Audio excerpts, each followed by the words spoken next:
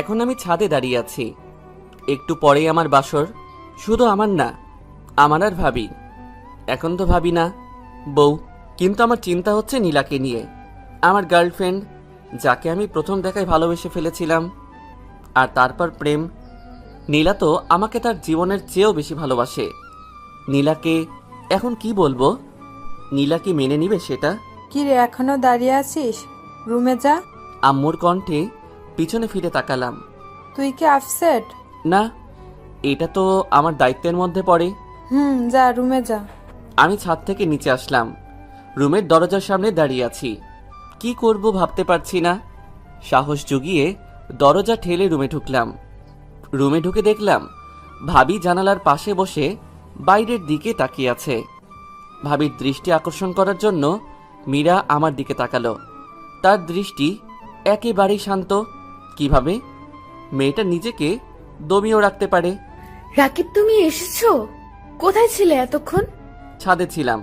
তুমি জানালায় দাঁড়িয়ে কি করছো? ঘুমাওনি? না, কি করে ঘুমাই বলো? আমি কিছু বললাম না। আচ্ছা রাকিব, আমার সাথে এমন কেন হলো? কি দোষ করেছি আমি? কেঁদো না প্লিজ। তোমার জীবনটাও নষ্ট করে দিলাম। তুমি এখন নীলাকে কি জবাব দিবে? ভাবিকে আমি নীলার কথা শেয়ার করতাম। এতে তোমার কোনো দোষ নেই। তুমি নিজেকে দোষারোপ করো না প্লিজ। ভাবি কেঁদেই চলছে। কাঁদবে না প্লিজ। যাও ঘুমিয়ে পড়ো, অনেক রাত হয়েছে। ভাবি বিছানায় গুটিসুটি মেরে শুয়ে পড়ল। আমি জানালার পাশে দাঁড়ালাম। ভাবিকে তো খুব ভালো করে সান্ত্বনা দিলাম। এখন নিজেকে শান্ত করি কি করে? নীলা আমাকে প্রতারক ভাববে না তো? কি করব এখন? কি করার আছে আমার? জানালার পাশে দাঁড়িয়ে নীলার কথাই ভাবছিলাম। নীলা কি আমাকে প্রতারক ভাববে? কি করতে পারি আমি এখন? হঠাৎ কাঁধে কারো হাতের স্পর্শ অনুভব করলাম। পিছনে ফিরে তাকিয়ে দেখলাম জান্নাত। নীলার কথা ভাবছিলে? আমি মাথা নাড়ালাম। এখনো ঘুমাওনি? না, আমার ঘুম তো সেদিনই চলে গেছে, যেদিন থেকে নিশান নিখোঁজ। আজ 4-5 দিন থেকে নিখোঁজ। অনেক খোঁজাখুঁজির পরও পাওয়া যায়নি। জানি না কোথায় আছে ভাইয়া। আমি কিছু বললাম না। জানালার দিকে হয়ে বাহিরের দিকে তাকিয়ে রইলাম। আমাকে নীলার সাথে দেখা করিয়ে দিতে পারবে? আমি ভ্রু কুঁচকালাম। কেন? ভয় পেও না, আমি কিছু করব না। নীলাকে বুঝিয়ে বলবো। নীলা কি জানে? জানে না, হয়তো ও জেনে গেছে। ও, চিন্তা করো না, আমি বুঝিয়ে বলবো। তুমি আমাদের দেখা করিয়ে দিও। তারপর কিছুক্ষণ নীরবতা। তুমি ভাইয়াকে খুব ভালোবাসতে, তাই না ভাবি? ভাবি শুধু আমার দিকে তাকালো। চোখের পানিগুলো শেষ হয়ে গেছে। ভাইয়া নিখোঁজ হওয়ার পর ভাবি পুরো পাগল হয়ে যাচ্ছিল। আস্তে আস্তে স্বাভাবিক হয়েছে। প্রতিদিন রাতেই কাঁদতো বোধহয়। সকালে চোখ দেখে বোঝা যেত। তোমার আর নীলার মাঝে আমি বাধা হয়ে দাঁড়ালাম, তাই না? না না, এটা তো তোমার কোনো দোষ নেই।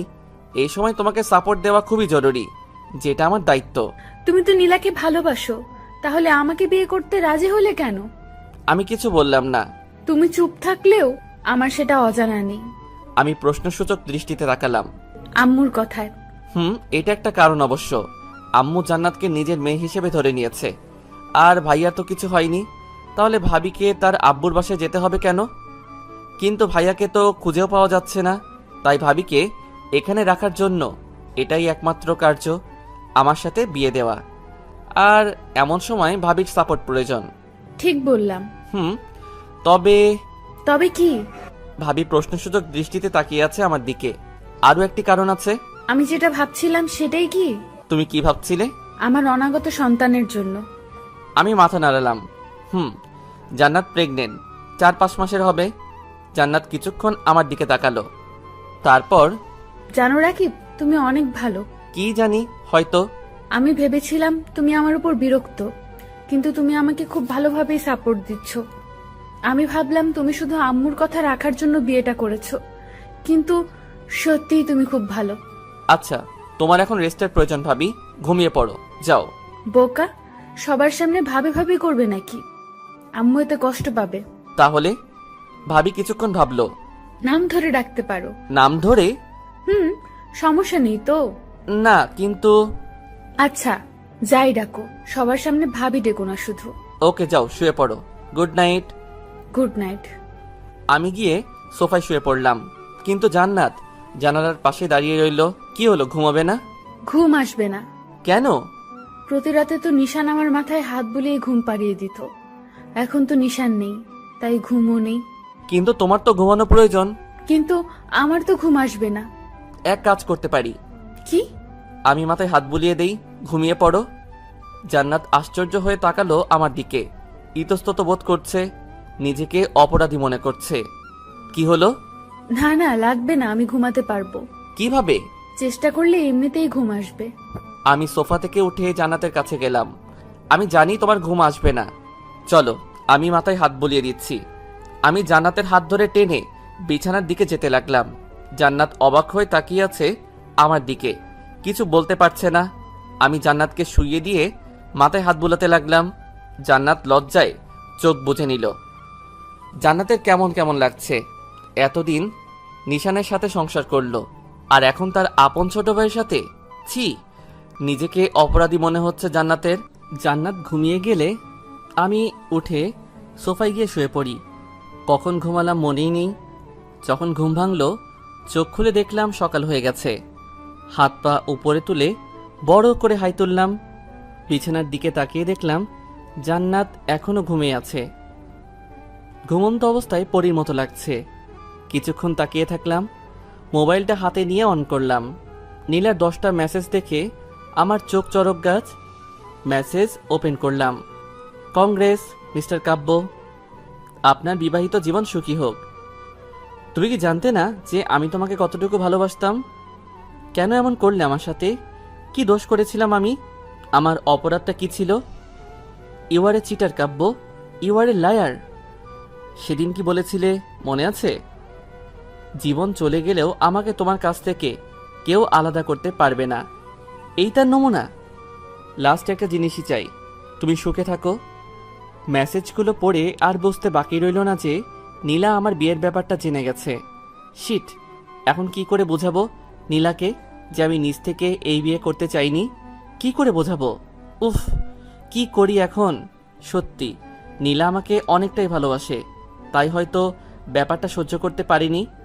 তাড়াতাড়ি করে নীলার ফোনে কল করলাম। না, বন্ধ দেখাচ্ছে। নীলা তাহলে সত্যি আমাকে প্রতারক ভেবে নিল। আমি আর কি করতাম? কিন্তু নীলা যাই করুক, নীলাকে ছাড়া তো আমি থাকতে পারবো না।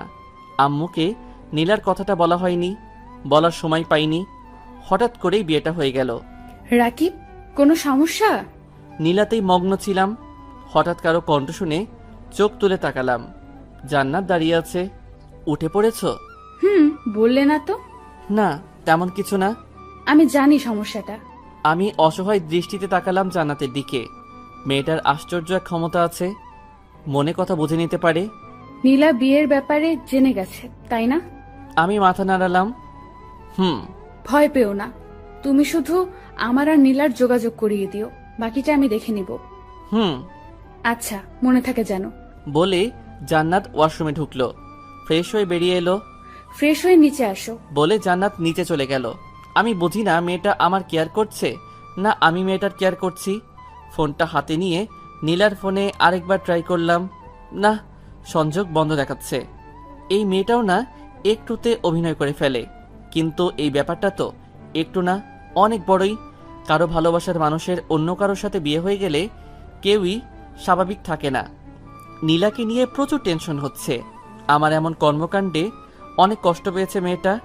এসব ভাবতে ভাবতেই ওয়াশরুমে ঢুকলাম। জান্নাত নিচে নেমে এলো। খুব অস্থির লাগছে নিজেকে। রাতে একটু ঘুমাইনি। ভেবেছিল আমি ঘুমিয়ে পড়েছি, কিন্তু আমি ঘুমাইনি। কি করে ঘুমাবে জান্নাত? এতদিন যার স্পর্শে ও ঘুমের দেশে তলিয়ে যেত, এখন তো সেই নেই। তাহলে জান্নাত ঘুমোবে কি করে? নিশান কি আর ফিরে আসবে না? যদিও আসে, তাহলে শুনে যদি ওর ছোট ভাইয়ের সাথে আমার বিয়ে হয়েছে, তখন কি ভাববে? নিশ্চয়ই খারাপ ভাববে। জান্নাত ভাবে ওর জন্যই ওর ভালোবাসাকে হারাতে চলেছে। নিজেকে কঠোর শাস্তি দিতে ইচ্ছে হচ্ছে জান্নাতের। যে করি হোক, নীলা রাকিবের ভালোবাসা সহজ করে দিতে হবে, সমস্যার সমাধান করতে হবে। আমি ফ্রেশ হয়ে একটা শার্ট পরে নিচে নামলাম। বাসাটা বেশ উৎসব মুখর, তেমনটা না হলেও একমত আর কি। যতই হোক ছোট ছেলের বিয়ে। নিচে নামতেই দেখলাম জান্নাত আর আম্মুর মধ্যে কথোপকথন চলছে। কিরে মা, এত তাড়াতাড়ি ঘুম ভেঙে গেল? হুম। ছোট্ট করে উত্তর দিল জান্নাত। আম্মু জান্নাতের থুতনি ধরে মুখটা উঁচু করে ধরলেন। তুই কিন্তু আমাকে প্রমিস করেছিলি নিজেকে শক্ত রাখবি, নিশানের কথা ভেবে কষ্ট পাবি না। তাহলে তুমি কাঁদছো কেন আম্মু? আমার ছেলেটা এখন কোথায় আছে কে জানে। আম্মু, তোমার যেমন কষ্ট হচ্ছে আমারও তেমনি কষ্ট হচ্ছে। তাহলে আমি নিজেকে সহজ করব কি করে বলো? আম্মু জান্নাতকে জড়িয়ে ধরে কেঁদে দিলেন। দুজনই কাঁদছে। আম্মু, রাকিবকে এসবের মধ্যে জড়ানোর কি দরকার ছিল? তোর মতো এত ভালো আর মিষ্টি মেয়েকে হারাতে চাই না, যে তাই। কিন্তু রাকিবের জীবন আর ভবিষ্যৎ যে নষ্ট করে দিলে। আমার বিশ্বাস এতে রাকিবের জীবন নষ্ট নয়, বরং আরো ভালো হবে, সুন্দর হবে। যার তোর মতো একটা বউ আছে তার জীবন নষ্ট হয় কিভাবে? জান্নাত নির্লিপ্ত দৃষ্টিতে তাকিয়ে আছে আম্মুর দিকে। আচ্ছা যা, এখন টেবিলে গিয়ে বস, আমি নাস্তা রেডি করাচ্ছি। আম্মু আমার দিকে আসলো। আমাকে দেখতেই মিষ্টি একটা হাসি দিলেন। ঘুম ভাঙলো তোর? হুম। যা টেবিলে যা। টেবিলের দিকে না গিয়ে একটু বাইরের দিকে গেলাম।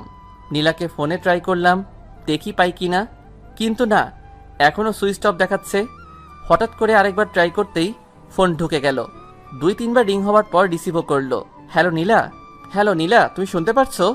Hello hello. তবু ওপাশ থেকে কোনো শব্দ আসছে না। আমি জানি এটা নেট প্রবলেমের কারণে হচ্ছে না, বরং নীলা নিজ থেকে কথা বলছে না। টুট টুট টুট। শিট, কেটে দিল। কি করে বোঝাই এই মেয়েকে যে আমি কতটা ভালোবাসি ওকে? সারা রাত কত কষ্টের মধ্যে কাটিয়েছি ওর জন্য। নীলা কি সেটা বুঝতে পারবে না কখনো? আরও কয়েকবার ট্রাই করলাম, রিং হচ্ছে, রিসিভ করছে না। 5-6 বার কল করার পর যখন ধরলো না, তখন একটা মেসেজ করলাম, নীলা প্লিজ একটাবার ফোনটা রিসিভ করো, শুধু একটাবার প্লিজ। মেসেজ দেওয়ার কিছুক্ষণ পর আবার কল করলাম। এখন 2-3বার রিং হওয়ার পর রিসিভ করলো। হ্যালো, তুমি শুনতে পারছো? একটাবার কথা বলো প্লিজ। কিছুক্ষণ নীরব থাকার পর, কি আর বলবে তুমি? বাসরাতের গল্প শোনাবে তাই না? প্লিজ কেঁদো না, আমার কথাটা শুনো প্লিজ। ওপাশে নীলা ফুপিয়ে ফুপিয়ে কাঁদছে। দেখো লক্ষ্মীটি, কেঁদো না প্লিজ। চুপ, একদম আমাকে ইমপ্রেস করার চেষ্টা করবে না। আচ্ছা, অন্তত পক্ষে কান্নাটা থামিয়ে আমার কথাটা শুনো। নীল কান্না থামালো, তবুও ফুপানো শোনা যাচ্ছে। নীলা, আমি এই বিয়েটা আমার নিজের ইচ্ছেতে করিনি। ও, ভালো কথা। তারপর? বিশ্বাস করো, আমি আম্মুর কথা রাখার জন্য এই বিয়েতে রাজি হয়েছি। বাহ, বেশ তো। বিয়ে করে ফেলেছ, অথচ বিয়েতে তোমার মতো ছিল না। গল্পটা বেশ মানিয়েছ। আগে তো তুমি বোকাশোকা ছিলে, এখন বেশ চালাক হয়ে গেছো। বিশ্বাস করো প্লিজ, আমি শুধু আম্মুর কথা রাখার জন্যই বিয়েটা করেছি। কাকে করেছি জানো? কাকে আবার? জান্নাত নামের একটা মেয়েকে। জান্নাতকে জানো? কে আবার? তোমার সাথে যার বিয়ে হয়েছে? আরে চুপ করো। নীলা কোনো কথা বলল না, তবে কান্নার বেগ বাড়তেই থাকলো। জান্নাত আমার ভাবি, আমার বিয়েটা ভাবির সাথে হয়েছে। মানে? মানে ভাবি প্রেগনেন্ট, আর ভাইয়া 4-5 মাস থেকে নিখোঁজ। এই সময় ভাবিকে সাপোর্ট দেওয়া জরুরি। ভাইয়ার নিখোঁজ হওয়ায় ভাবি একেবারে ভেঙে পড়েছিল। তাই আম্মু আমাকে বিয়ের কথা বললে আমি মানা করতে পারিনি। মানা করতে চেয়েছিলাম, কিন্তু আম্মু কোনো কথা বলতে নিষেধ করেছিল। জান্নাতের সাপোর্টের জন্য তোমার আম্মু তোমাকেই বেছে নিল, আর কাউকে পেল না? আর তুমিও থই থই করে বিয়ের জন্য রাজি হয়ে গেলে? নীলা, বোঝার চেষ্টা করো, আমি আম্মুর চাপে বিয়েটা করেছি। সেটা তো বুঝলাম, কিন্তু কাল রাতে যে তোমাদের বাসরাত ছিল। আরে চুপ করো, কিসের বাসর রাত? তার মানে তোমাদের মাঝে কিছু হয়নি? না। আমি বিশ্বাস করি না। তোমরা ছেলেদের সামনে একটা বিয়ে করা বউ থাকবে আর তোমরা কিছু করবে না, এটা অসম্ভব। আচ্ছা, তোমার যদি বিশ্বাস না হয় তাহলে তুমি জান্নাতের সাথে দেখা করতে পারো। না মানে? কাল তোমার সময় হবে? যদি সময় থাকে তাহলে কফি শপে এসো, জান্নাতের সাথে মিট করলেই বুঝতে পারবে। হুম আচ্ছা, এখন রাখি। হুম ফোনটা কেটে দিলাম। যাক, এখন একটু শান্তি পাচ্ছি। নীলার সাথে কথা বলতে পারলাম। ঘরে ঢুকে দেখলাম জান্নাত দাঁড়িয়ে আছে, আর কয়েকজন প্রতিবেশী আন্টি বসে আছেন। এরা এখানে কেন? কি মতলবে এসেছে কে জানে। তোমার কপাল ভালো, এক ভাইকে খাওয়ার পর তার ছোট ভাইকে বর হিসেবে পেয়ে গেছো। এমন অলক্ষণে মেয়ে আমি জীবনে দেখিনি। নিজের স্বামীর মৃত্যু ডেকে আনলো, আর এখন আবার অন্যজনের বউ হয়ে আছে। তাদের কথা শুনে রাগে আমার মাথায় আগুন জ্বলছে। এদের এগুলো ছাড়া আর কোনো কাজ নেই নাকি? ভাইয়া নিখোঁজ, এতে জান্নাতের কি দোষ? আর জান্নাত তো এই বিয়ে করতে চায়নি, আম্মুই ওকে প্রমিস করিয়ে বিয়েতে রাজি করিয়েছে। এইসব মেয়েদের এই একটাই কাজ, এক ভাইকে শুষে নিয়ে এখন আবার আরেক ভাইয়ের ঘাড়ে চেপে বসেছে। আমি জান্নাতের দিকে তাকালাম। মেয়েটা নিশ্চুপ হয়ে দাঁড়িয়ে আছে, চোখ দিয়ে টপ টপ করে পানি পড়ছে। পাশে আম্মুও নেই। আমি এগিয়ে গেলাম। কি সমস্যা আপনাদের? হ্যাঁ, আমাদের আবার কি সমস্যা বাবা? এই তো নতুন বউ দেখতে এলাম। একটু আগে কি যেন বলছিলেন? এক ভাইকে শুষে নিয়ে আরেক ভাইয়ের ঘাড়ে চেপে বসেছে। কে কাকে শুষে নিয়েছে? হ্যাঁ, ভাইয়া নিখোঁজ, এতে জান্নাতের কি দোষ? আর ও অলক্ষণে হলো কিভাবে? ওর কারণেই কি ভাইয়া নিখোঁজ হয়েছে নাকি?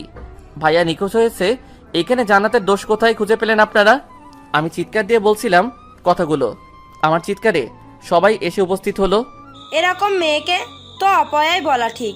স্বামীর নিখোঁজ হওয়ার 3-4 মাস হতে না হতেই অন্য আরেকজনকে বিয়ে করে বসলো। কি খারাপ স্বভাবের মেয়ে এরা। চুপ করুন, আর একটা খারাপ শব্দ বলবেন না জান্নাতকে।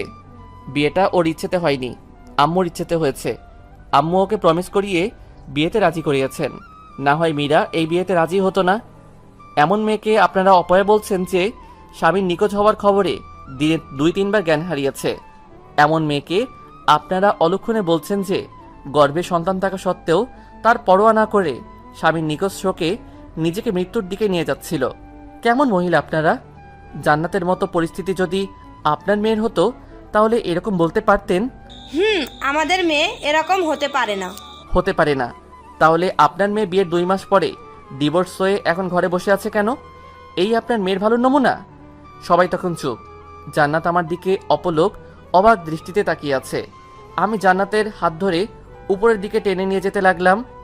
চলো জান্নাত। কয়েক সিঁড়ি উঠে আমি আম্মুর দিকে তাকিয়ে বললাম, ওনাদের যেন আর বাড়ির আশেপাশেও না দেখি। বলে রুমের দিকে পা বাড়ালাম। যাওয়ার সময় আম্মুর চোখের দিকে তাকিয়ে দেখলাম আম্মুর চোখে পানি চিকচিক করছে। এটা হয়তো আনন্দ অশ্রু। জান্নাতকে নিয়ে রুমে আসলাম।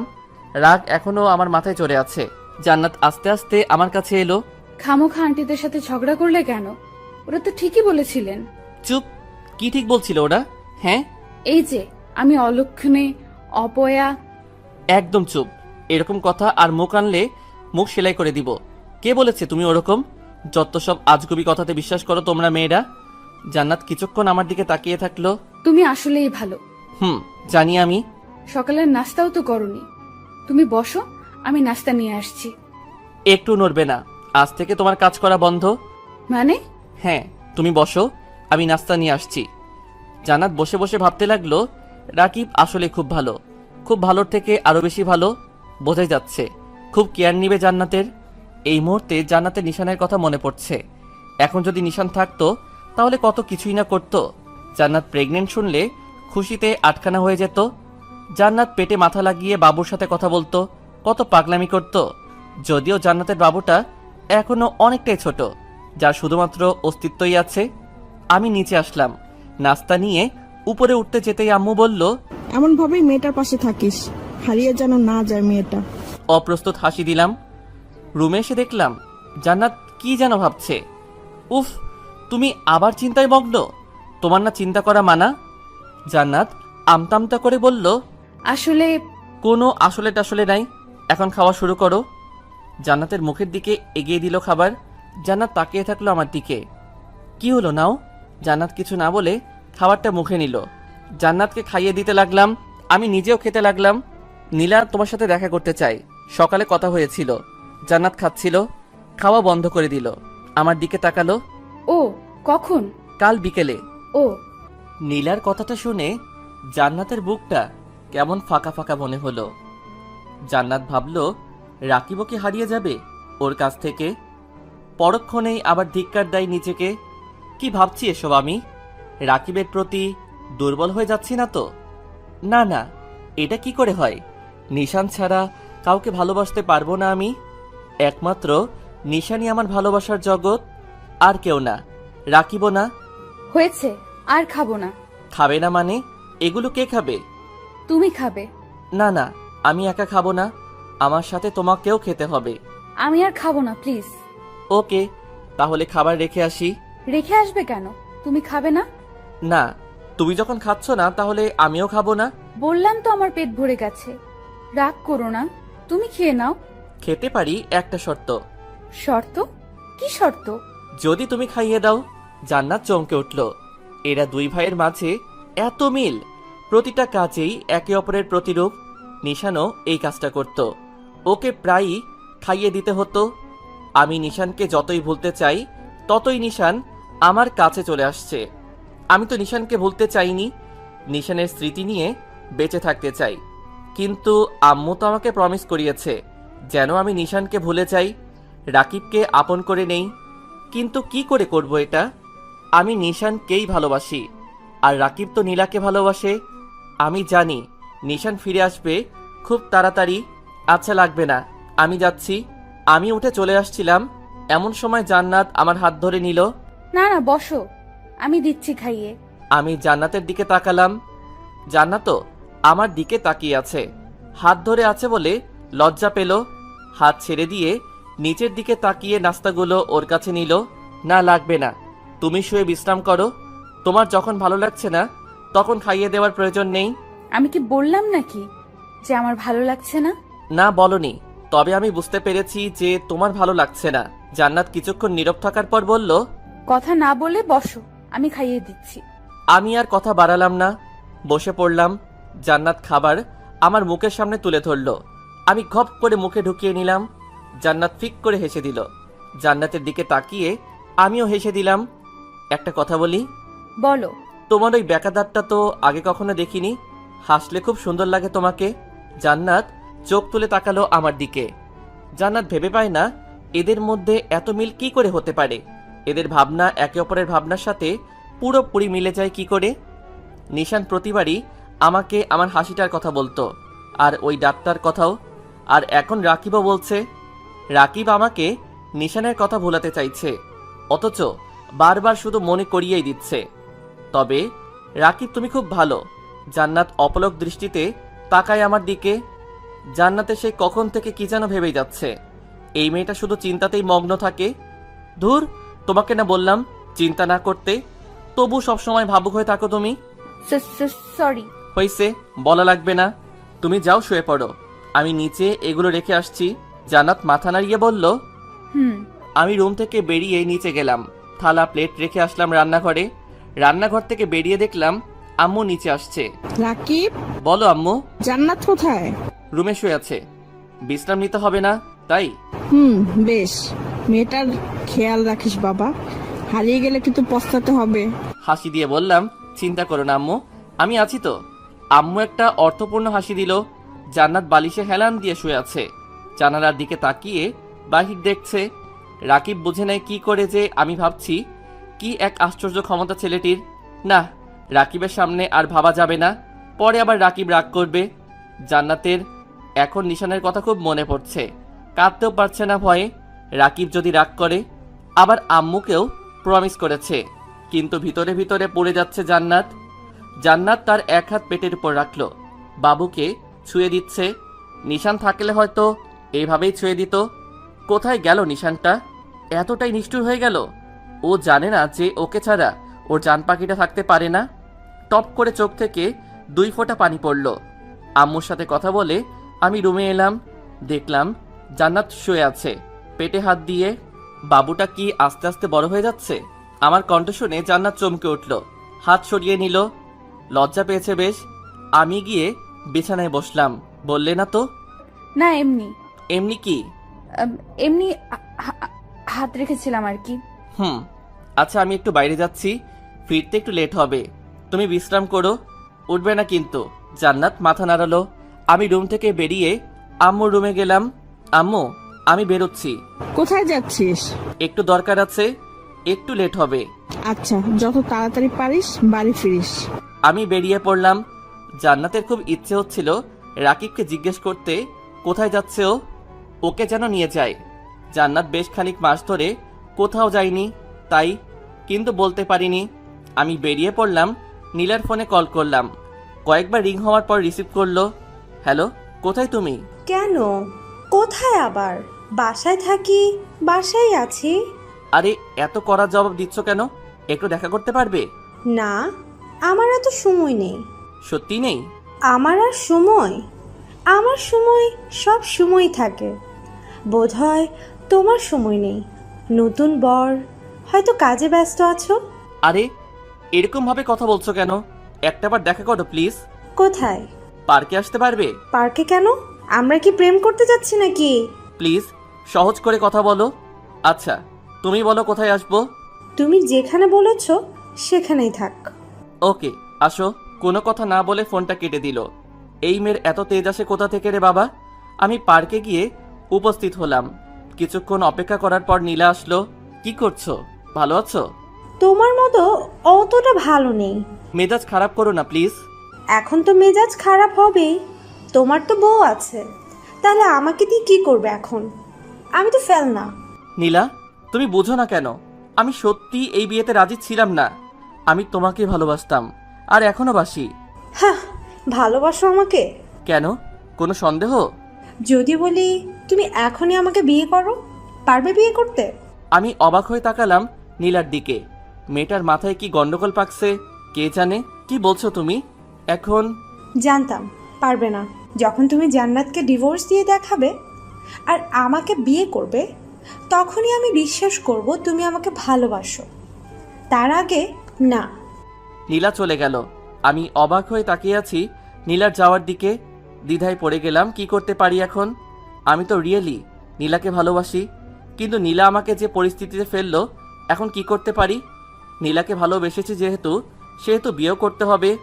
কিন্তু এদিকে জান্নাত, আমার যা মনে হচ্ছে জান্নাতকে আমি একটু স্বাভাবিক করতে পেরেছি, কিন্তু এখন যদি এমন কিছু করি তো জান্নাত ভেঙে পড়বে।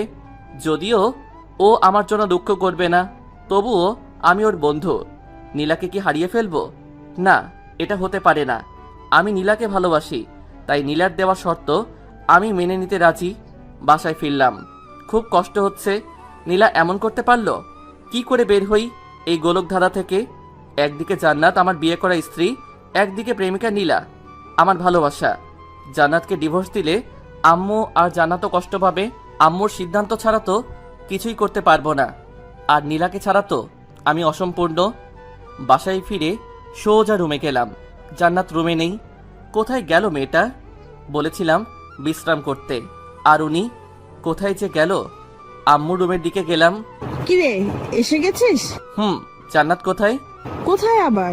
রুমেই আছে, দেখ গিয়ে। পেলাম না তো। ভালো করে খুঁজে দেখ, রুমেই কোথাও আছে মনে হয়। রুমে এসে চারিদিক খুঁজে দেখলাম কোথাও নেই। বারান্দায় কারো উপস্থিতি টের পাচ্ছি, মনে হয় বারান্দায় আছে। বারান্দায় গিয়ে দেখলাম জান্নাত বারান্দার গ্রিলে হাত রেখে দাঁড়িয়ে আছে, বাহির দেখছে বোধহয়। বলেই গেলাম শুয়ে বিশ্রাম নিতে, আর উনি বারান্দায় দাঁড়িয়ে বাহিরের দৃশ্য অবলোকন করছেন। জান্নাত বারান্দায় দাঁড়িয়ে বাহিরের দিকে তাকিয়ে আছে। অনেকদিন হলো বাহিরটা দেখেনি। আব্বু আম্মু তো বাসায় নিতে চাইছিল, কিন্তু যাইনি। রাকিব আর আমার বিয়ের দিন আম্মু ভিজে ভিজে চোখে তাকাচ্ছিল, তারপর আর আসেনি। বোধহয় মেয়ের এই কষ্ট দেখতে পারবে না বলে আসছে না। রাকিবটা সে কখন গেল, এখনো এলো না। ও পাশে থাকলে ভালোই লাগে, একাকিত্ব গুছিয়ে উঠতে পারি। কত সুন্দর সুন্দর কথা বলে, আমার কত কেয়ার নেয়। রাকিব কি নীলারও এমন কেয়ার নেয়? আমি অনেকক্ষণ ধরে দাঁড়িয়ে আছি, জান্নাত এখনো টেরই পাইনি। কি এত ভাবে মেয়েটা? নেই। আমার কথা শুনে জান্নাত চমকে পিছনে ফিরে তাকালো, অবাক দৃষ্টিতে তাকিয়ে আছে আমার দিকে। জান্নাত খুব বড়সড় শখ খেলো। রাকিব বুঝলো কি করে আমি মনে মনে কি ভাবছি। হ্যাঁ নেই, তুমি এই জগতে নেই, তুমি এখন ভাবনার জগতে। কি এত ভাবো? আমি কতক্ষণ ধরে দাঁড়িয়ে আছি, তোমার সেদিকে খেয়ালই নেই। জান্নাত আমার কথা শুনে বিস্ময়জনক কাটিয়ে উঠল। ও, তোমাকে না বলেছিলাম বিশ্রাম নিতে? তাহলে এখানে কি? প্রকৃতি প্রেমী হওয়ার ইচ্ছা আছে নাকি? না, শুয়ে থাকতে ভালো লাগছিল না, তাই এখানে দাঁড়িয়ে বাহির দেখছিলাম। ও, তুমি তো অনেকদিন হলো ঘুরতে যাও না। জান্নাত মাথা নাড়ালো। তাহলে আজ যাবে? কোথায়? ঘুরতে। জান্নাত আমার দিকে তাকিয়ে রইল। কি হলো? যাবে মানে যাবে, মানা করার চান্স নেই। কিন্তু কোনো কিন্তু না, সন্ধ্যায় আমরা ঘুরতে যাচ্ছি, এটাই ফাইনাল। ওকে? না মানে বললাম তো, আর কোনো কথা নেই, আমার ডিসিশনই ফাইনাল। জান্নাত মাথা নিচু করে দাঁড়িয়ে রইল।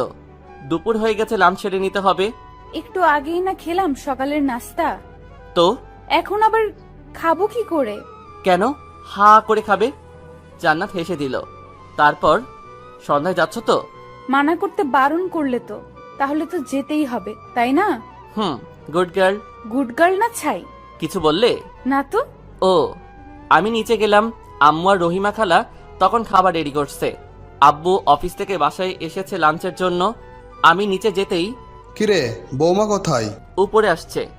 ও, তা মেয়েটাকে একটু বাইরে ঘুরিয়ে নিয়ে আই, মনটা ভালো হবে। হ্যাঁ আব্বু, সন্ধ্যায় ঘুরতে যাব ভাবছিলাম। ও, খুবই ভালো কথা। গাড়ি নিয়ে সারা শহর ঘুরে আসিস বৌমাকে নিয়ে। জান্নাত রুমেই আছে, ভাবুক হয়ে বসে আছে। রাকিব বুঝে নিল যে ও ঘুরতে যেতে চায়। কি করে?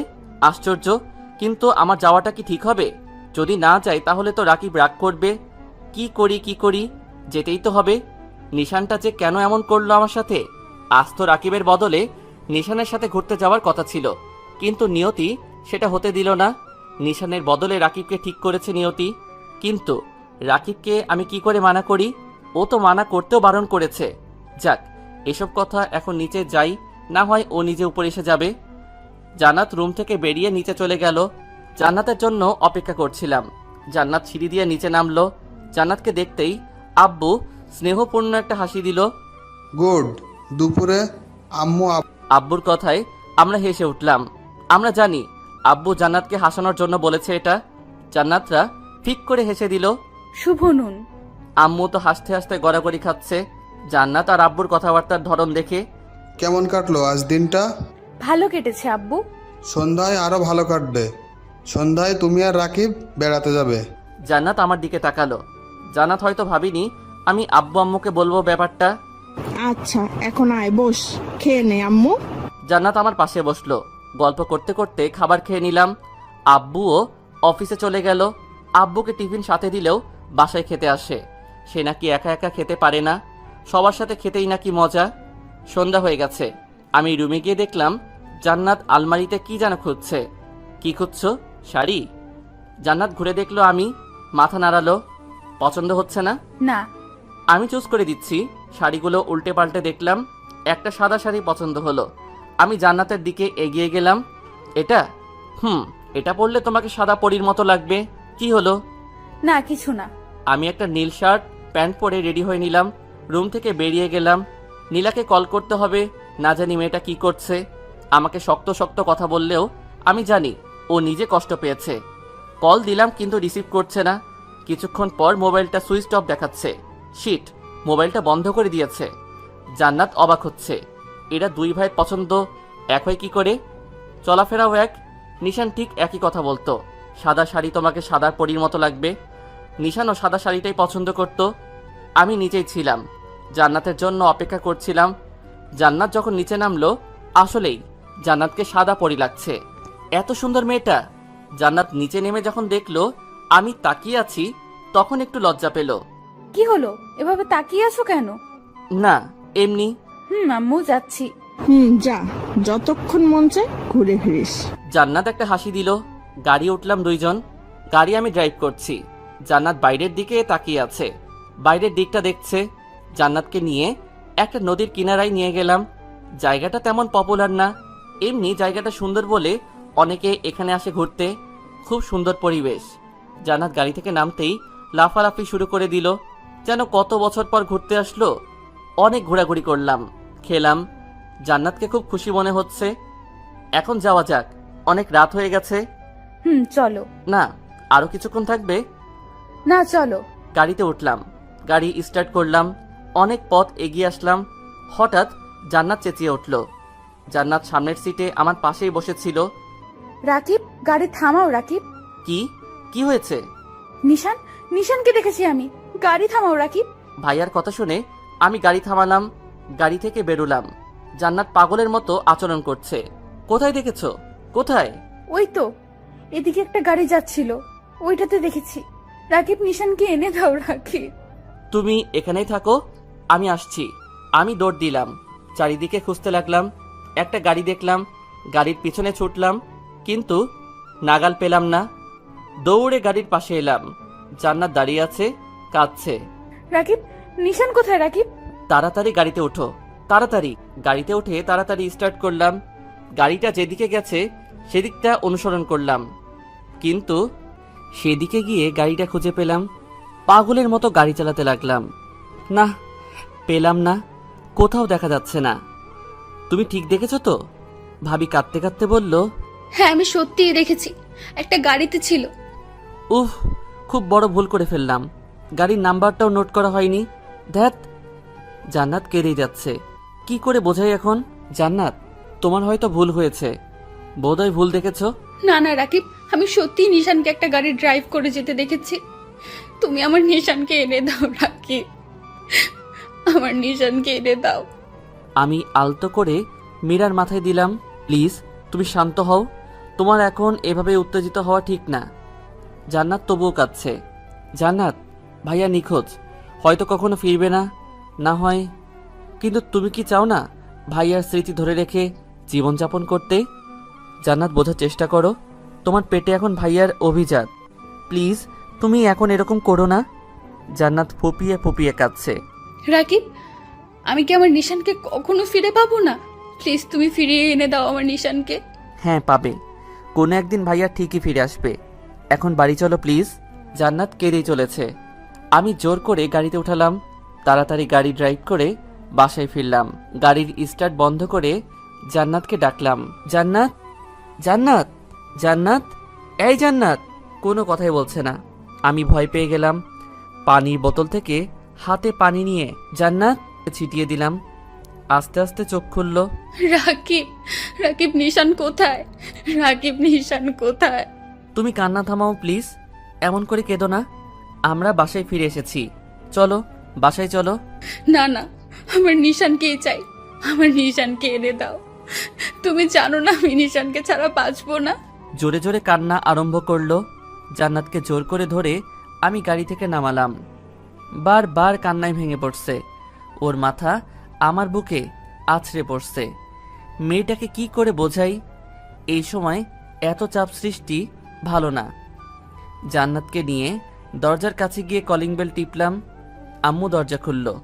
জান্নাতকে কাঁদতে দেখে হকচকিয়ে গেলেন। এ কি, জান্নাতের এই অবস্থা কেন? জান্নাত কাঁদছে কেন রাকিব?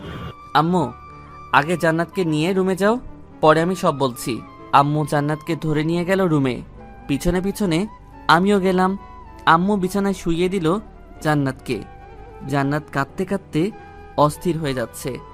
আমি পাশে গিয়ে বসলাম। জান্নাতের মাথায় হাত বুলাতে বুলাতে বললাম, শান্ত হও প্লিজ, আর কেঁদো না, এরকম করো না তুমি। জান্নাত তবুও কাঁদছে। আম্মু, তুমি যাও, আমি জান্নাতকে ঘুম পাড়িয়ে আসছি। আম্মু জান্নাতের মাথায় হাত বুলিয়ে চলে গেলেন।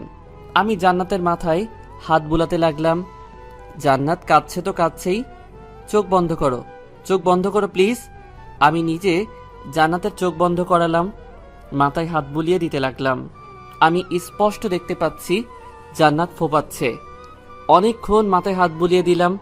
মেয়েটা ঘুমিয়ে পড়েছে, কাঁদতে কাঁদতে ক্লান্ত হয়ে গেছে। আমি আলতো করে উঠে পড়লাম, লাইট নিভিয়ে নিচে গেলাম।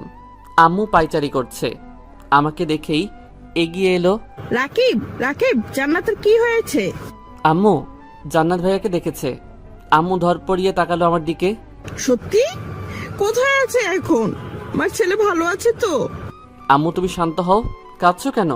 কোথায় দেখছিস তোমরা? নিশান এখন কোথায় আছে? তুই ওকে বাড়িতে নিয়ে আসিসনি কেন? আর ও বাড়িতে আসেনি কেন?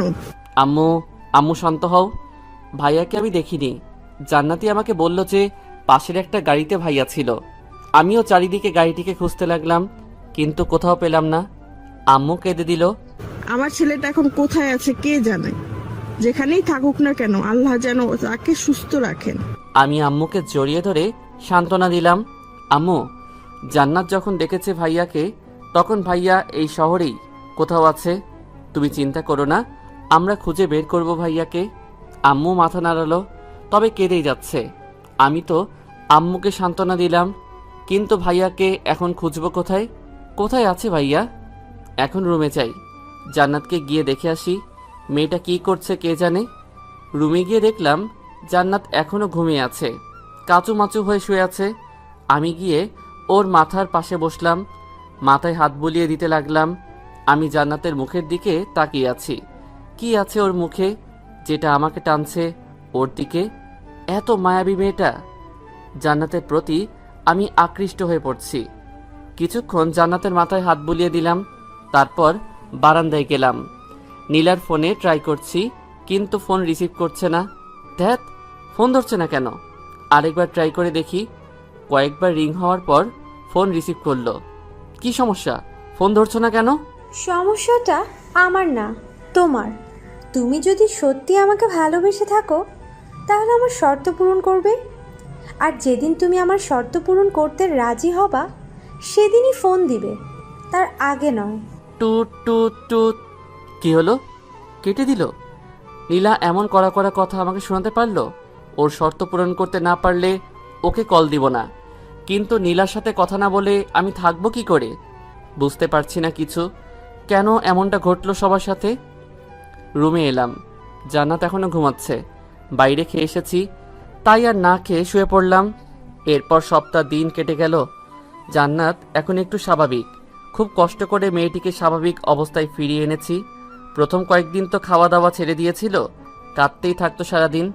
তারপর এই কয়েকদিন জান্নাতকে নিয়ে অনেক জায়গায় ঘোরাঘুরি করলাম। প্রায় প্রতিদিনই জান্নাতকে নিয়ে ঘুরতে যেতাম। রাতে মাথায় হাত বুলিয়ে ঘুম পাড়িয়ে দিতাম, গল্প করতাম। বাবুর উপর চাপ পড়বে বলে জান্নাত এখন তেমন ভাবে না, আর কাঁদেও না, তবে উদাস হয়ে থাকে। আর এদিকে নীলার সাথে একবারও কথা হয়নি সেই দিনের পর থেকে। নীলা সিম বন্ধ করে রেখেছে। রাত হয়ে গেছে। জান্নাত বারান্দায় ইজি চেয়ারে বসে আছে। আমাকে যে করেই হোক নীলার দেওয়া শর্ত পূরণ করতে হবে। যে করেই হোক জান্নাতকে বলতে হবে। আমি বারান্দায় যাচ্ছি, আবার আসছি। অস্বস্তি লাগছে। কি করে বলবো জান্নাতকে? জান্নাত হয়তো আমার উপস্থিতি টের পেল, পিছনে না তাকিয়েই বলল, রাকিব, হ্যাঁ হ্যাঁ। কিছু বলবে? ঘুরে আমার দিকে তাকালো। আমি মাথা নাড়ালাম। বলো। তুমি যদি কষ্ট পাও? নিচের দিকে তাকিয়ে বললাম। জান্নাত কি হাসলো। কষ্ট পাবো কেন? আর আমি জানি তুমি আমাকে এমন কোনো কথা বলবে না যাতে আমি কষ্ট পাই। আমি চোখ তুলে জান্নাতের দিকে তাকালাম। এ কি, তোমার চোখ লাল কেন? জান্নাত চেয়ার থেকে উঠে পড়ল, আমার পাশে এসে আমার হাত ধরলো। বলো কি হয়েছে তোমার? একমাত্র তুমিই ছিলে আর আছো যে আমাকে আমার পরিস্থিতির সাথে মোকাবেলা করতে সাহায্য করেছো আর করছো। এখন বলো আমি তোমার জন্য কি করতে পারি? আমি কোনো কথা না বলে নিচের দিকে তাকিয়ে রইলাম। জান্নাত এসে আমার দু গালে হাত দিয়ে মাথা উপরে তুললো, আমার চোখের দিকে তাকালো। বলো। নীলা বলেছে। কি হলো, থেমে গেলে কেন? কি বলেছে বলো। তোমাকে ডিভোর্স দিয়ে যেন ওকে বিয়ে করে নেই। জান্নাতের মুখ মলিন হয়ে গেল, আমার গাল থেকে হাত লাগিয়ে নিল। আমি জানি তুমি কষ্ট পাবে, তুমি নিজেকে দোষারোপ করবে, তুমি হয়তো ভাববে তুমি খারাপ, তাই আমি তোমাকে ছেড়ে চলে যাচ্ছি। কিন্তু তুমি খুব ভালো জান্নাত। নীলার এই শর্ত পূরণ না করলে ও আমার সাথে আর সম্পর্ক রাখবে না। তাই জান্নাত মলিন একটা হাসি দিল। না, আমি কষ্ট পাইনি। আচ্ছা তুমি ডিভোর্স পেপার রেডি করো। সত্যি আমি তোমাকে কষ্ট দিতে চাই না। জান্নাত হাসলো। আমি কষ্ট পাইনি। তোমরা দুজন এক হতে পারলেই আমি খুশি, তোমাদের সমস্যা মিটলেই আমি খুশি। আমি জান্নাতকে জড়িয়ে ধরলাম। সত্যি তুমি খুব ভালো। খুব শক্ত করে জড়িয়ে ধরলাম। জান্নাতও হাত দুটো দিয়ে আমাকে জড়িয়ে ধরলো। আমি জড়িয়ে ধরা থেকে ছেড়ে জান্নাতের গাল দুটো ধরে বললাম, you are very good girl. আমি এমনই একটা বন্ধু চাই। হবে তো? আসলো, তবে হাসিটা নিষ্প্রাণ। আমি রুমের দিকে গেলাম। জান্নাতের বুকটা কেমন খালি খালি লাগছে, যেন কিছু একটা হারিয়ে ফেলছে। জান্নাত ভাবে, তবে কি আমি রাকিবকে ভালোবেসে ফেললাম? একে ভালোবাসবো না তো কাকে ভালোবাসবো? এত ভালো আবার কেউ হয় নাকি? তবে নিশানও তো আমার মন থেকে যাচ্ছে না। নিশানকেও তো আমি আমার জীবন থেকে বেশি ভালোবাসি, কিন্তু রাকিব আমার জীবন থেকে সরে যাচ্ছে দেখে আমার এত কষ্ট হচ্ছে কেন? না, কাউকে ছাড়তে পারবো না আমি দুজনকেই ভালোবাসি। জান্নাত কেঁদেই চলছে। বিধাতা কেন ওকে এই দ্বিধার মধ্যে ফেললেন? এদিকে নীলা রুমে উপর হয়ে শুয়ে আছে, কাঁদছে। জান্নাতকে কষ্ট দিয়ে নীলা নিজেও কষ্ট পাচ্ছে। রাকিবের সাথে কড়া করে বলা কথাগুলো নীলাকে বেশি কাঁদাচ্ছে। কি করে রাকিব এত কঠিন কঠিন কথা বলতে পারলো? কি করে? নীলার আব্বু মেহতাব হোসেন রুমে ঢুকলেন, বুঝতে পারলেন মেয়েটা কাঁদছে। কি হয়েছে আম্মু? নীলা চোখ মুছে নিল তাড়াতাড়ি। ওর আব্বুর দিকে তাকিয়ে একটা হাসি দিল। কিছু না আব্বু। কি ভাবছিস তুই নিজেকে? খুব বড় হয়ে গেছিস? তুই আমার কাছে এখনো সেই ছোট্ট খুকি আছিস, আর সেই তুই আমার কাছে তোর কাদার বিষয় লুকাচ্ছিস। নীলা কেঁদে দিল। কি হয়েছে আম্মু বল। নীলার কাছে গিয়ে মাথায় হাত বুলাতে বুলাতে বললেন, আব্বু, রাকিব কি হয়েছে? রাকিব বিয়ে করে নিয়েছে। আর সেদিন আমি রাকিবের সাথে খুব খারাপ ব্যবহার করেছি। কি বলিস, রাকিব বিয়ে করে নিয়েছে? তারপর নীলা তার আব্বুর সব খুলে বলল। ও, ছেলেটা চাপে পড়ে বিয়ে করেছে হয়তো, কিন্তু তোর কাজটা করা ঠিক হয়নি। কোন কাজটা আব্বু? রাকিব আর জান্নাতের বিয়ে কয়দিন হয়েছে? 14 দিন। ওরা এখন স্বামী স্ত্রী। ওদের মাঝে যে মায়া সৃষ্টি হতে চলেছে তা তুমি ডিভোর্সের মাধ্যমেও ত্যাগ করতে পারবে না। আমি কি বলছি তা তুই বুঝতে পারছিস? জান্নাত আর রাকিব এখন স্বামী স্ত্রী, এক ছাদের নিচেই তাদের বাস। যদিও তারা একে অপরকে ভালোবাসে না, শুধু একটু কেয়ার। তবে আম্মু, ভালোবাসা জেনে শুনে আর বলে আসে না। ওরা স্বামী স্ত্রী, তাদের মাঝে মায়া জমতেই পারে। আর মায়া থেকে ভালোবাসা, যেটা তোমার ভালোবাসার চেয়ে শক্ত। তুমি কি বলছো আব্বু? ওরা একে অপরকে ভালোবাসে? না বাসলেও একবার না একবার ভালোবাসবেই।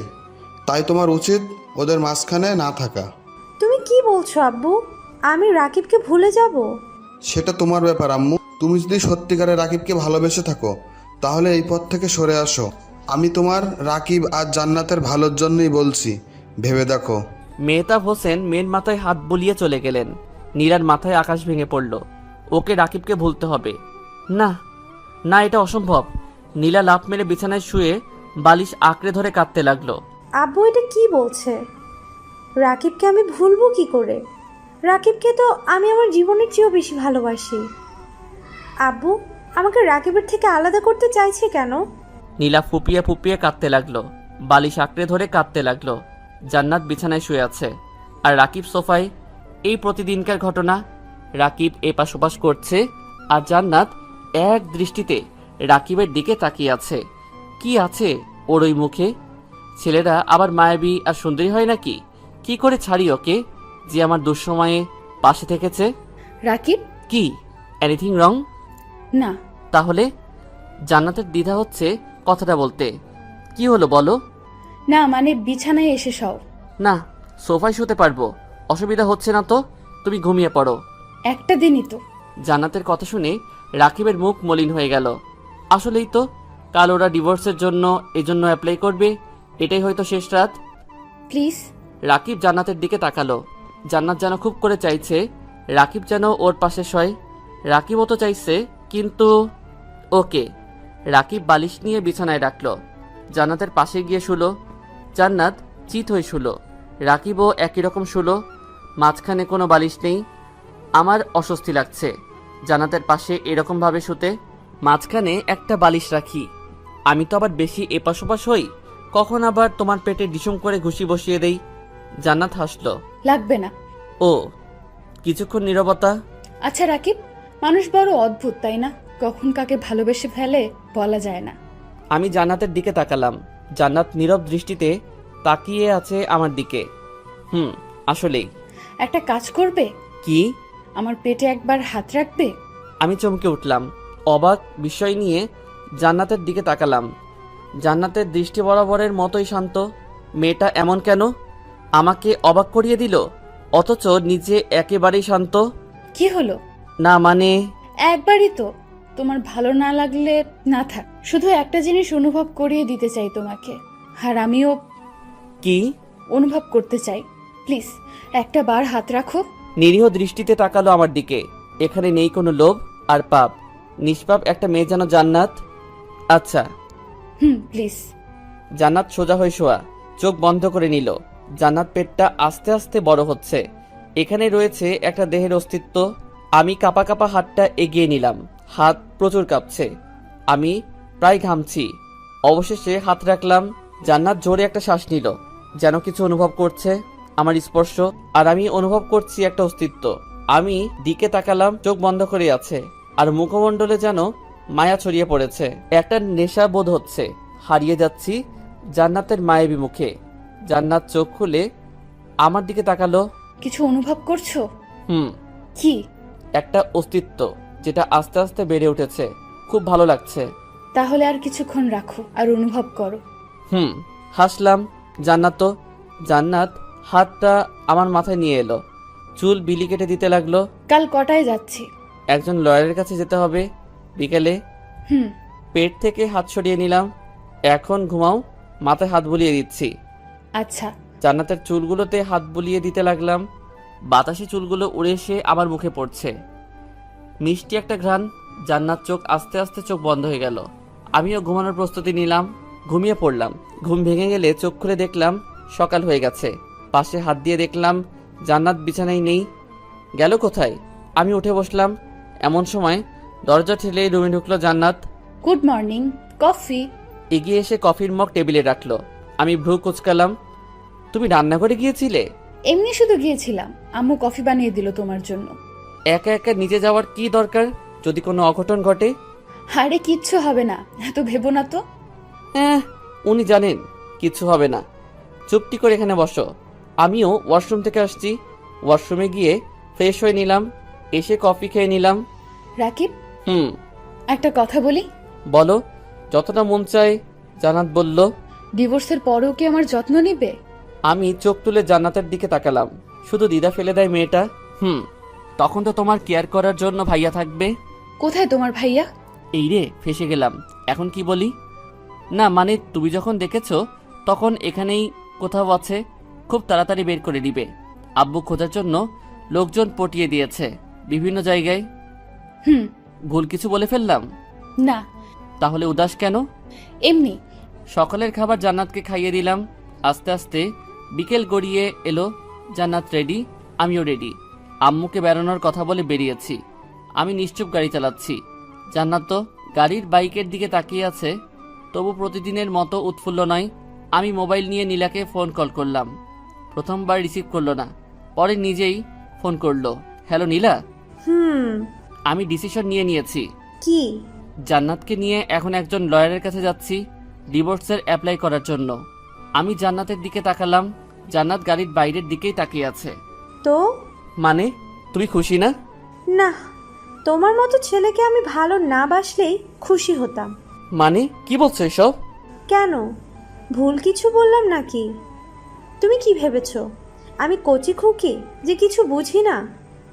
তোমরা স্বামী স্ত্রী এক ছাদের নিচে থাকো, তোমাদের মাঝে কিচ্ছু হয়নি, এটার কোনো গ্যারান্টি আছে?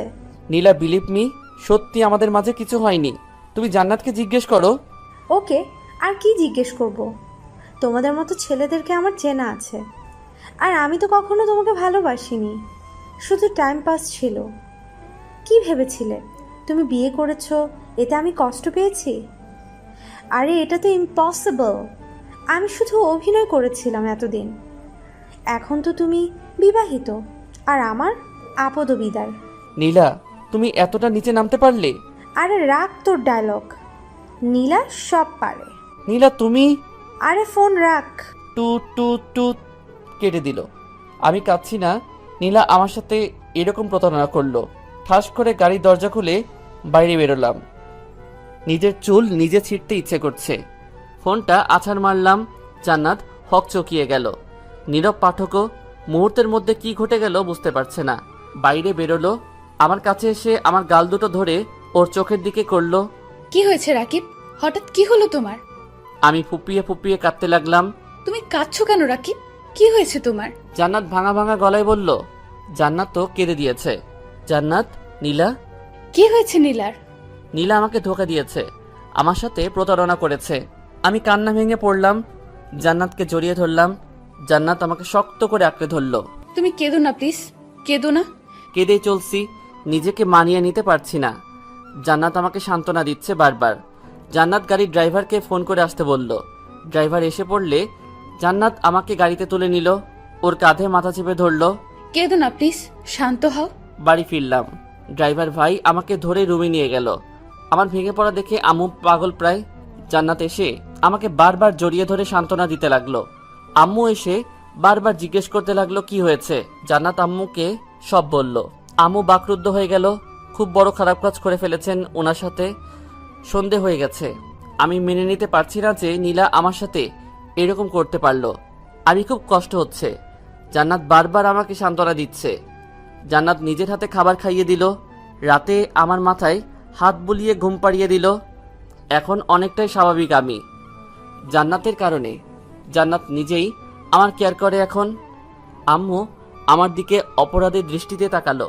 সেদিন তোর সাথে খুব খারাপ কাজ করে ফেললাম রে রাকিব। আম্মু প্লিজ, তুমি নিজেকে দোষারোপ করো না। যে চলে যাবে তাকে যেতে দিতে হয়। আর নীলা তো আমাকে ভালোবাসেনি, তাহলে এরকমভাবেই দিনগুলো কাটছিল। এখন মাঝে মাঝে ঘুরতে যাই জান্নাতকে নিয়ে। রাকিব এখন একটু স্বাভাবিক হয়েছে। ছেলেটা একেবারে ভেঙে পড়েছিল, এখন বারান্দায় বসে আছে। আমিও গেলাম। রাকিব, কি? না মানে সেদিন আমরা ডিভোর্সের জন্য যাচ্ছিলাম, তাই না? তো না মানে তুমি তো চাও আমাদের ডিভোর্সটা হোক। সেদিন তো চাইনি, তাহলে? তুমি ডিভোর্স চাও তো কালই যাব আমরা লয়ারের কাছে। রাকিব রেগে গিয়ে উঠে বারান্দা থেকে চলে যাচ্ছিল। আমি জোর করে ধরলাম, প্লিজ তুমি রাগ করো না, আমি তো শুধু। ছেড়ে দাও আমায়, কেউ ভালোবাসে না আমাকে। ছেড়ে দিতে চাও তো আমাকে? ওকে চলে যাও, ছেড়ে যেতে পারো। রাকিব শান্ত হও প্লিজ, ওটা তো তুমি। হ্যাঁ বলেছিলাম, তাই বলে এখন তুমিও চাও সেটা? ছেড়ে দাও আমায়, আমি জানি কেউ আমাকে ভালোবাসে না। আমি জোর করে রাকিবকে বিছানায় বসালাম। ছেলেটা কাঁদছে, ওর মাথাটা আমি বুকে রাখলাম। আমি কি খুব খারাপ? কে বললো তুমি খারাপ? তাহলে ছেড়ে চলে যেতে চাও কেন? সরি, আর বলবো না। এই কান ধরলাম, এবার হাসো। জান্নাতকে নিয়ে বেড়াতে এলাম পার্কে। একটা বেঞ্চে বসেছিলাম, হঠাৎ ভাইয়ার মতো কাউকে চোখে পড়ল। আমি এগিয়ে গেলাম, পিছনে গিয়ে কাঁধে হাত রাখলাম। পিছনে ফিরতেই আমি চমকে উঠলাম। এত ভাইয়াকে দেখেই আমি জড়িয়ে ধরলাম। ভাইয়া, তুই এতদিন কোথায় ছিলি? তুই জানিস তোকে কত খুঁজেছি? আমি কেঁদে দিলাম। ভাইয়া ও আমাকে জড়িয়ে ধরলো। সরি রে, বাসা যেতে পারলাম না আমি, শুধু জান্নাতকে একটা জবাব দেওয়ার ভয়ে। এতদিন কোথায় ছিলি? সেদিন যখন বন্ধুর কার নিয়ে একটা কাজে যাচ্ছিলাম, তখন সেখানে যাওয়ার সময় আমি অ্যাক্সিডেন্ট করি, আর তারপর আল্লাহর অশেষ কৃপায় বেঁচে ফিরি। জান্নাত ভাইয়াকে দেখে কেঁদে দিল, গিয়ে জড়িয়ে ধরলো। কোথায় ছিলে এতদিন তুমি? এত কষ্ট কেন দিলে আমাকে? সরি জান্নাত, তোমাকে আমি কষ্ট দিতে চাইনি। মিশু, বলতে একটা মেয়ে এগিয়ে এলো, বেশ সুন্দর। সরি জান্নাত, আমাকে ক্ষমা করে দিও। আমি তোমাকে ভালোবাসতাম ঠিকই, কিন্তু এই মেয়েটাকে দেখছো, এই মেয়েটাই আমার জীবনটা বাঁচিয়েছে, সেবা করে সুস্থ করে তুলেছে। ওর ভালোবাসা আমি কিভাবে উপেক্ষা করি বলো? আমি মিশুকে ভালোবাসি। ভাইয়া নিচের দিকে তাকিয়ে আছে। জান্নাত পিছু হটতে লাগলো। আমি নীরব দর্শক, কি হতে পারে ভাবছি। জান্নাত নিজেকে সামলে নিল, আমার পাশে এসে হাত ধরে আমাকে এগিয়ে নিয়ে গেল। ধন্যবাদ মিস্টার নিশান, আপনি বেশ বড় দ্বিধার হাত থেকে বাঁচালেন আমাকে। আসলে রাকিব আমার স্বামী, আমি ওকে না আপনাকে ভালোবাসি তা নিয়ে দ্বিধায় পড়ে গেছিলাম। কিন্তু যদি কখনো আপনার সাথে দেখা পড়তো, তখন আমি রাকিবকেই বেছে নিতাম। আই রিয়েলি লাভ হিম। চলো রাকিব। আমাকে টেনে নিয়ে গাড়িতে উঠালো। আমি অবাক হয়ে তাকিয়ে থাকলাম। কি করছে জান্নাত? গাড়ি স্টার্ট করো। জান্নাত, কোনো কথা না।